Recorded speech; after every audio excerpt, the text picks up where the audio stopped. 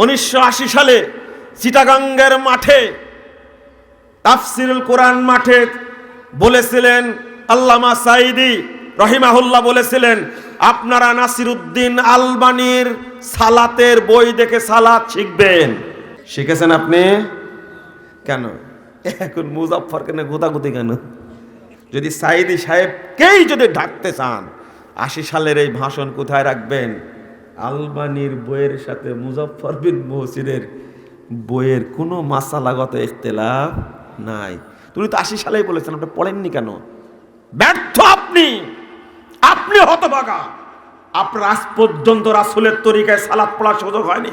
সারা বাংলাদেশের মানুষকে বলেছেন, ও মুসলিম ভাইরা, আপনারা নির্ভরযোগ্য বই, এই যুগের শ্রেষ্ঠ মুহাদ্দিস আল্লামা নাসিরউদ্দিন আলবানী রহিমাহুল্লাহর সিফাতুস সালাত, রাসূলুল্লাহর সালাত নামে বইটা আপনারা পড়বেন।